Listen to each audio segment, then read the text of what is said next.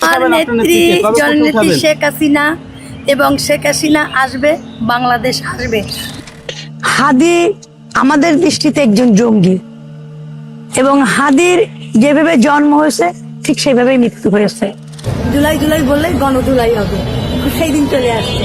শ্রদ্ধা শুভেন্দু দাদা উনি কিন্তু মাননীয় প্রধানমন্ত্রী জননেত্রী শেখ হাসিনাকে আবার বাংলাদেশে ফিরিয়ে আনবে এবং শাহজালাল বিমানবন্দরে আমরা যাব, এরকম একটা আশ্বাস উনি কিন্তু দিয়েছেন।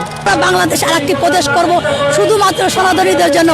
ভারতের উচিত এই মুহূর্তে রংপুর ডিভিশনকে দখল করে ভারতের সঙ্গে জুড়ে নেওয়া।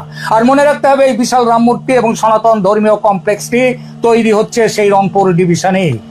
আলহামদুলিল্লাহ রব্বিল আলামিন ওয়াসসালাতু ওয়াসসালামু আলা আশরাফিল আম্বিয়া ওয়াল মুরসালিন নবিয়িনা মুহাম্মদ ওয়া আলা আলিহি ওয়া সাহবিহি আজমাইন, আম্মা বাদ।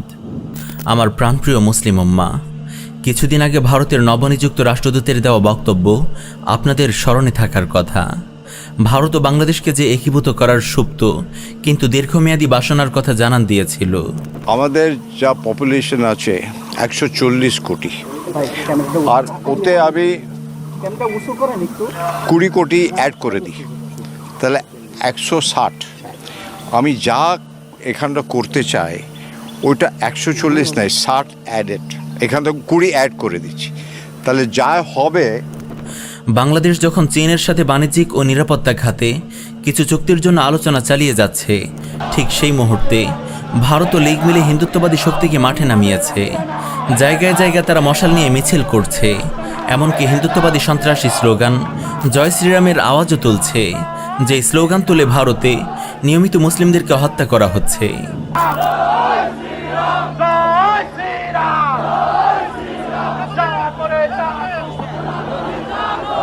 এমনকি এরা মুসলিমদেরকে জঙ্গি আফগানি তালেবান বলেও প্রকাশ্যে হুমকি দিচ্ছে।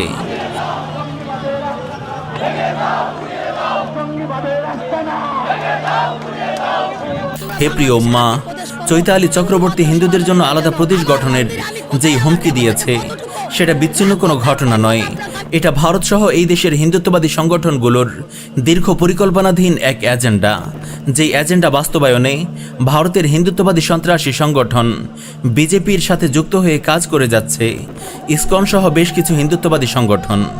এর আগেও শ্যামলী সহ আরও অনেকেই এমন বক্তব্য দিয়েছে। ভারতবর্ষে চলে গেছি, আর এই দেশে আসবো না। এই আনন্দময় মায়ের সামনে প্রতিজ্ঞা করেছি যে আমি যে পর্যন্ত ভারত বাংলাদেশ এক না হবে আমি আর বাংলাদেশে যাব না। কিন্তু দুঃখজনক হলেও বাস্তবতা হলো, এরকম ভয়াবহ দেশবিরোধী বক্তব্য দেওয়ার পরও সরকারের পক্ষ থেকে কোনো ব্যবস্থা নেওয়া হয়নি, তাদেরকে কোনো বিচার বা জবাবদিহিতার সম্মুখীন হতে হয়নি। বরং দেখা যাবে চৈতালির মতো হিন্দুত্ববাদী জাতিবিরোধী লোকগুলোর বিরুদ্ধে যখন মুসলিমরা প্রতিবাদী হবে এবং তাদেরকে রুখে দেওয়ার আওয়াজ তুলবে, তখন সরকার তাদেরকেই থ্রেট হিসেবে চিহ্নিত করবে, তাদেরকেই দমন করার পায়তারা করবে। অথচ এই দেশ এবং এই উম্মাহর সত্যিকার প্রহরী হলো মুসলিমরা। চৈতালিদের শিকড় অনেক গভীরে, তারা অখণ্ড ভারত প্রজেক্টেরই অংশ। বাংলাদেশেও এই প্রজেক্টের লোকেরা আজ সুসংগঠিত, প্রশিক্ষিত ও নিবেদিত, এবং তারা এই প্রজেক্টে সতর্কভাবেই ভারতের সাথে সম্পৃক্ত। এই দেশে বসবাস করেও এরা দিনরাত ভারতের বিজেপির নাম জপে, বিজেপির মতো হিন্দুত্ববাদী সন্ত্রাসী গোষ্ঠীকে নিজেদের ত্রাণকর্তা মনে করে। সেকুলারিজমের সুশীলতা আর বাঙালি জাতীয়তাবাদের মতো হিন্দুত্ববাদী প্রোডাক্ট দিয়ে আগ্রাসে হিন্দুত্ববাদকে মোকাবেলা করা সম্ভব নয়। এই চেতনাধারী কোনো শাসন কাঠামো হিন্দুত্ববাদের চ্যালেঞ্জের মুখোমুখি হওয়ার শক্তি রাখে না। যেই চেতনা ও শাসন কাঠামো ইসলামকে ধারণ করবে, উম্মাহর নিরাপত্তাকে দায়িত্ব হিসেবে নেবে, একমাত্র তার পক্ষেই সম্ভব হিন্দুত্ববাদী সন্ত্রাসকে নির্মূল করা।